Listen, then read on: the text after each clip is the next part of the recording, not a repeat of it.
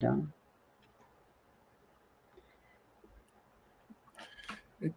Jason Snyder here from The Profitable Manufacturer. I am the CEO of Aspire Advisors. And today we're going to be talking about what to do, New Year to-dos. And I got here with me my co-host, Annette Delancey. Hi, everybody. Welcome to 2024. We've all gotten through the holiday season, whether you're involved in retail, consumer retail or not. We've all gotten through it. And here we are in the new year. And so Jason and I are kind of excited to talk about how do you plan for the post-holiday push? And what do you do in the new year? So Jason, do you want to get started? Sure. Yeah. So the first thing from us accountants and finance people is inventory, whether accounts, physical, have a process in place of how you're going to handle as a company inventory. At the end of the year, you have to do it. Your taxman, if he's not telling you to do it, is derelict in his duty. You need to do a physical inventory count and valuation at the end of your fiscal year, which most of us are on the 12/31 December fiscal year cycle. So that would be the first thing is if it's not already on your schedule, get it on there as soon as possible, as soon as your people are back from holiday, get that done, get it out of the way so that you're prepared for one, for tax season, but two, for your forecasting and inventory replenishment needs and planning cycles and things. And as a small business owner, I go up and do the inventory myself. There's a few reasons why I do that. And when I say go up, it's because it's in Northern California for me, is to touch and feel it. You need to touch and feel your inventory. And ideally, my CPA has advised me really to touch and feel it every quarter. And that would be ideal. And if you can't do that, at least twice a year, but definitely, as Jason just said, you have to do it year-end planning. And you have to touch it and count. Yes, count everything. And you can make a party of it. Have pizza, loud music, close the shop for a day or two, whatever it takes. Bring people in. I'm flying in 2 of my employees that we're going to do it, so they also get a good handle. It's people that are involved in our products and inventory. It's important that they have that, as well as their remote employees. And so it's an opportunity for us to kind of do a team thing. Jason does really cool things with his remote team. This is not necessarily as cool as that, but because we're counting an inventory in a warehouse, but I'm going to make it fun. And so this is very important that you inventory your physical products. If you have tiny little items, even the tiny little items like eyelets and cording or thread and spools of thread, you have to count everything because it has to be able to be adjusted and your CPA needs that information. I have a spreadsheet that I use that I continually now use every year. I created it about 5 years ago, and it's just very easy to just go through and make the changes, and then I submit it to my CPA. So that's an important one. So the opportunity you also have is to reassess and reflect on last year. What did you do well? What were the top 5 things that you did well? And then what were the top 5 things that you didn't do well? And what I mean by that is maybe they were goals and you didn't accomplish them. Why not? Were there outside circumstances that impacted that? What about external things that you had absolutely no control over? Maybe there were supply chain issues. Maybe somebody in your family got sick or injured or passed away. There are things that happen that are outside our control. That doesn't mean that you were a bad business owner and that you couldn't handle it. It just means that life intervened and you had to deal with it. So look at the 5 things that worked and the 5 things that didn't work and assess each one. Why did they work? What was the reason that they were working? Was it the people? Was it the resources?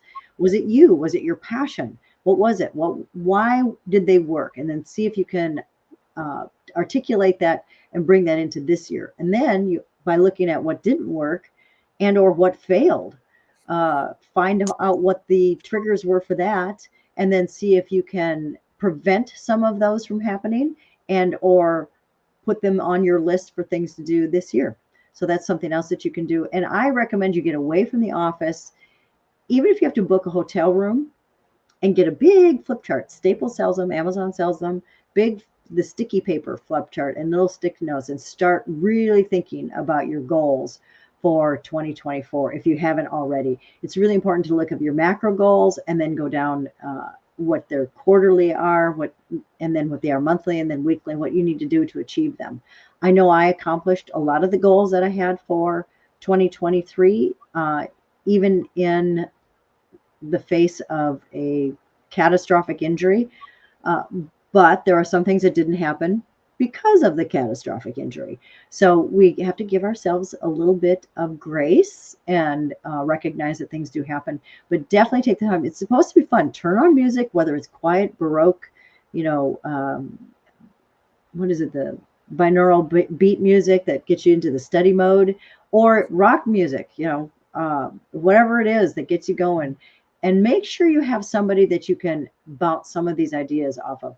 Do yours first, and then bring in some members of your team that actually have your business best interests at heart, and see what you can accomplish that way. Jason, do you want to contribute on that one?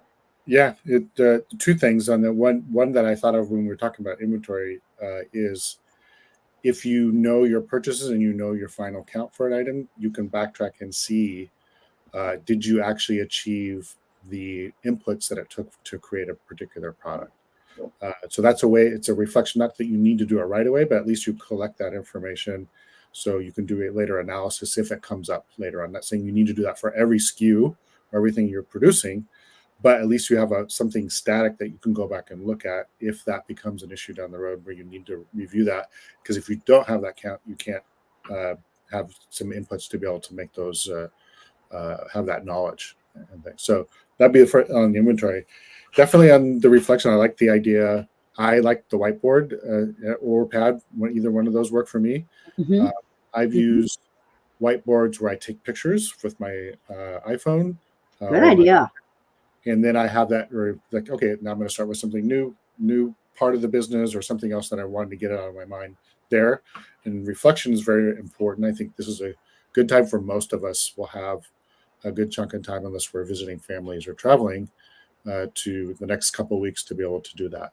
So even if it's a half day to reflect, get out somewhere that allows you to freely think without interruptions. Because I think, at least from the times I've done it, and then other people, kind of the same process. They get away from somewhere where they're able to think and document whatever that is for you and things.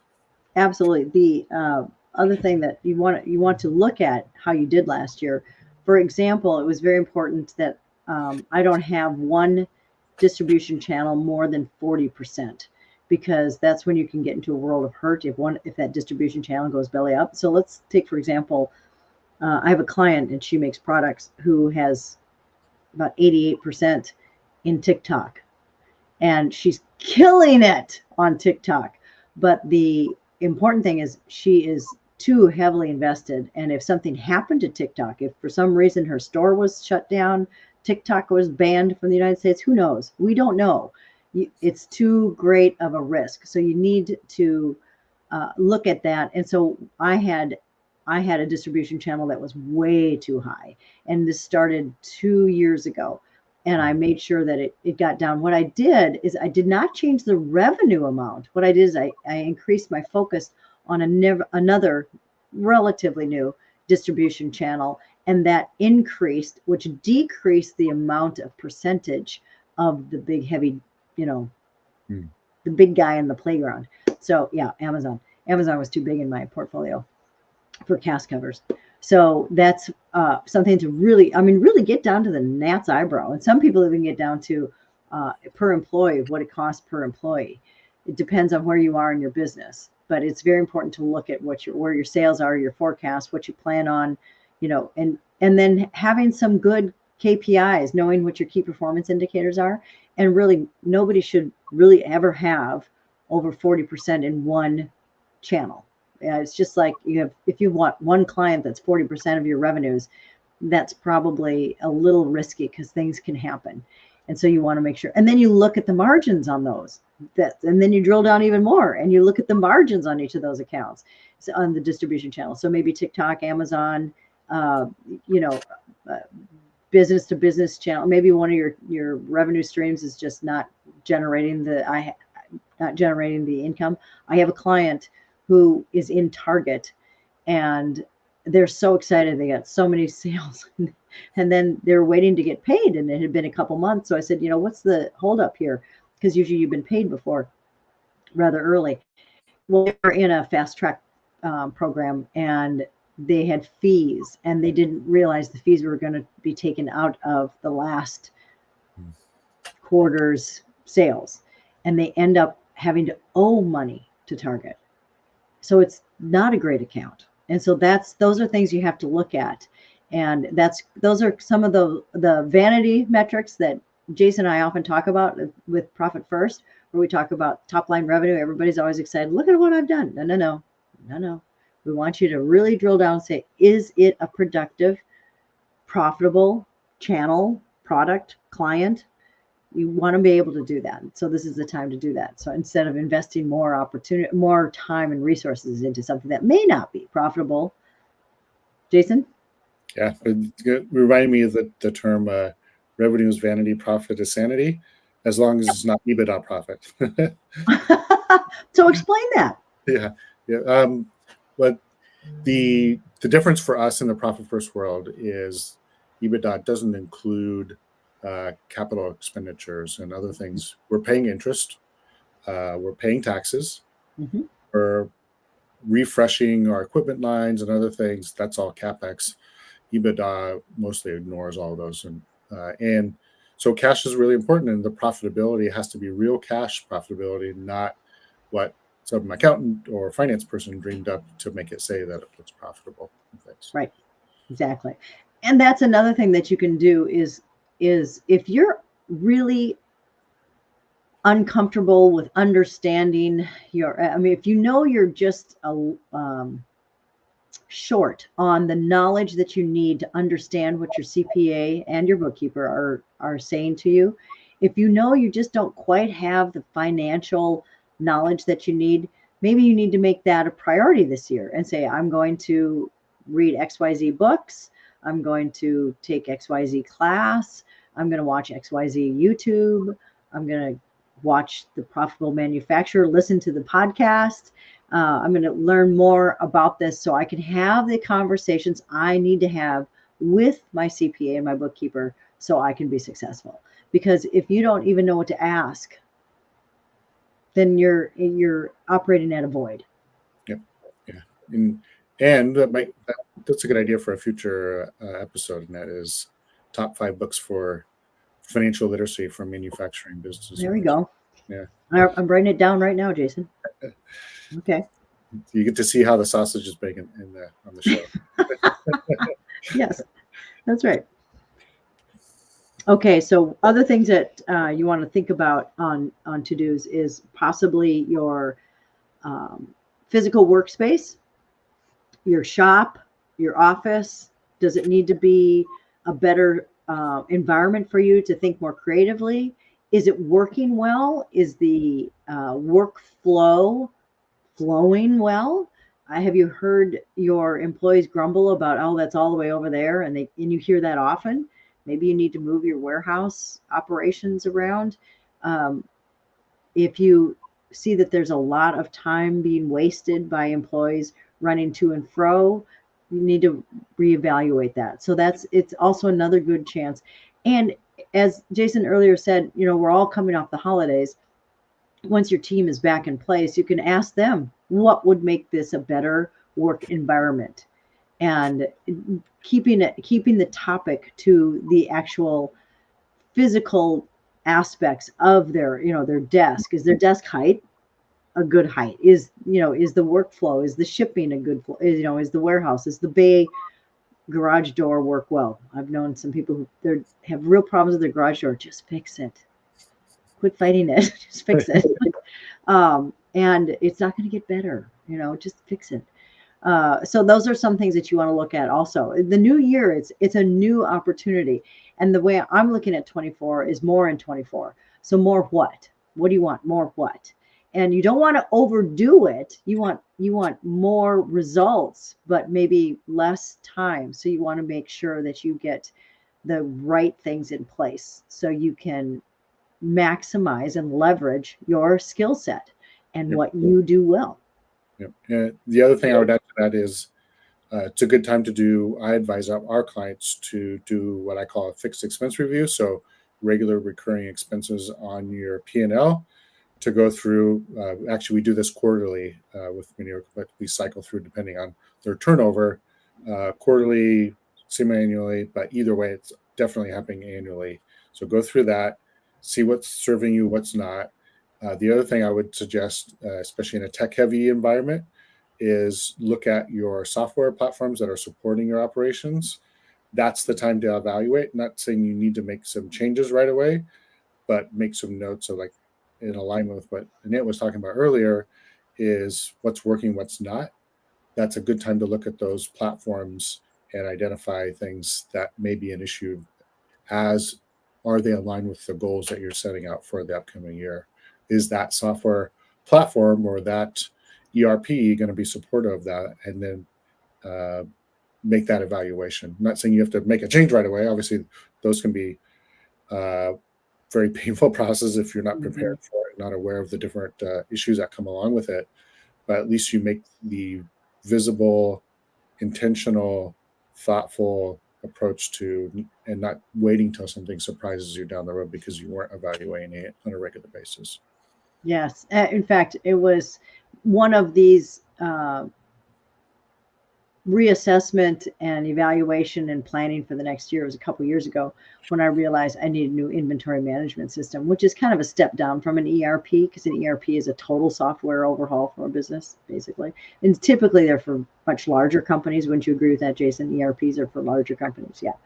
And so I need a new inventory management system because everything was in my head or on a spreadsheet. And that is not a good thing, because if something had happened to me, my employees would, well, it would definitely be clunky and lose money, and they'd be lost. Wouldn't know what to do. So that's what I realized. I needed to do something very different. And so it was in the works. And it was in the works because the change was going to be so drastic. It took about 9 months to 12 months to make it happen. So Jason's right about, at least start thinking about it. What's working, what's not working? What are the constant roadblocks that you're coming up against? What are the time sucks? Come on, let's just be really honest. What are you doing over and over and over again that could be automated? What are you doing that takes so much time that really shouldn't take so much time? Things like that. Yeah. So this is the time to do that reflective time. You're likely not going to get another time slot. Obviously, it depends on your particular business, but most of our clients and other businesses that we work with, 90+% of them, that week between Christmas and New Year's is a very dead time.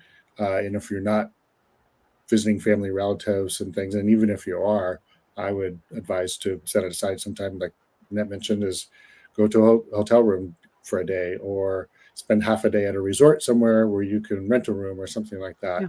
If you're intentional about it, you'll get a better result out of the thing, rather than showing up to the office on the 3rd of January and trying to do it there with all your clutter and maybe the familiar surroundings. Getting to another place seems to help unload creativity that's sometimes locked away because of our routines. When I was growing up, we always teased my father, my brother, and my sister, and I always teased Dad, because when he would go out to lunch with us or we'd have to meet with him, it was always with his yellow, long legal pad.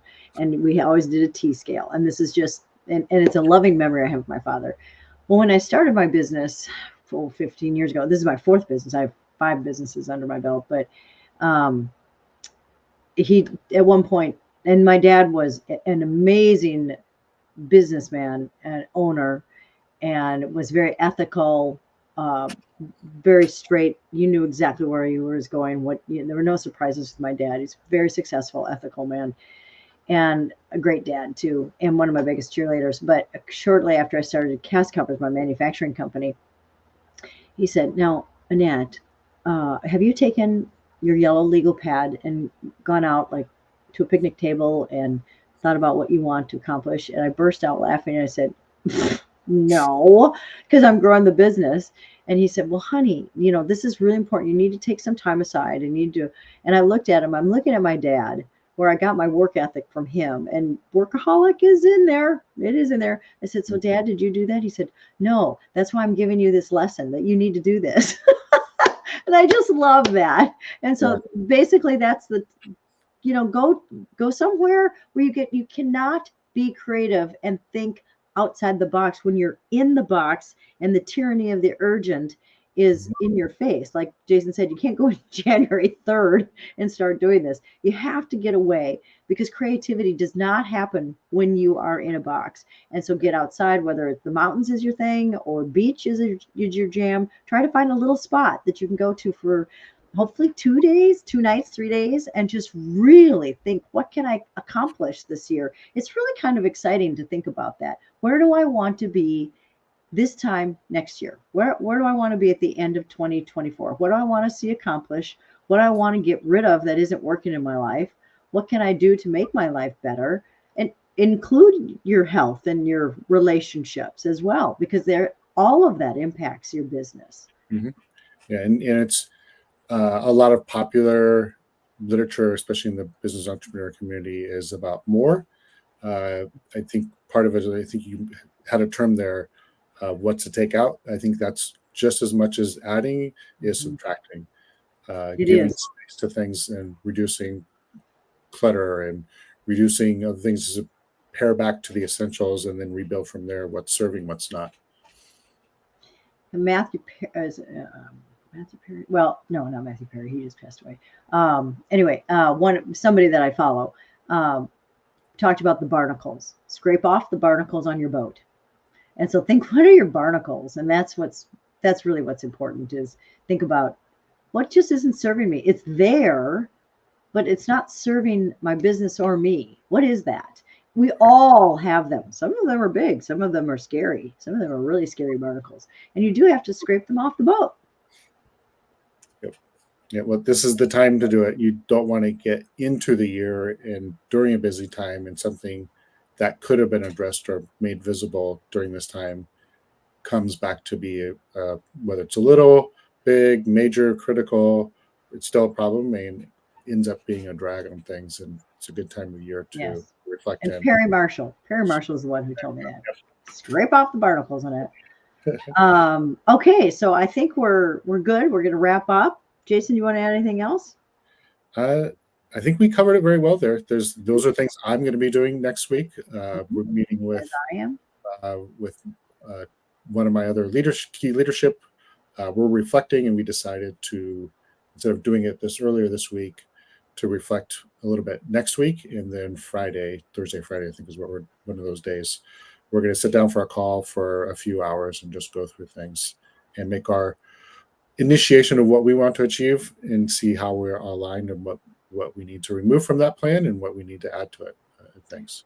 And I'd like to end, we talked a lot about your goals, that type of thing, but definitely, and Jason has touched on this, and I did too a little bit, but bring your team in, especially if you have a pretty large team. Well, I know actually if you have a small team, you want to include them. What would you like to see in the business? What would you like to see in your role in the business? What would you like to see in your position? So ask them as well, and try to get kind of an assembly of matched goals, and you'll get a lot more buy-in and probably a lot more traction in 2024.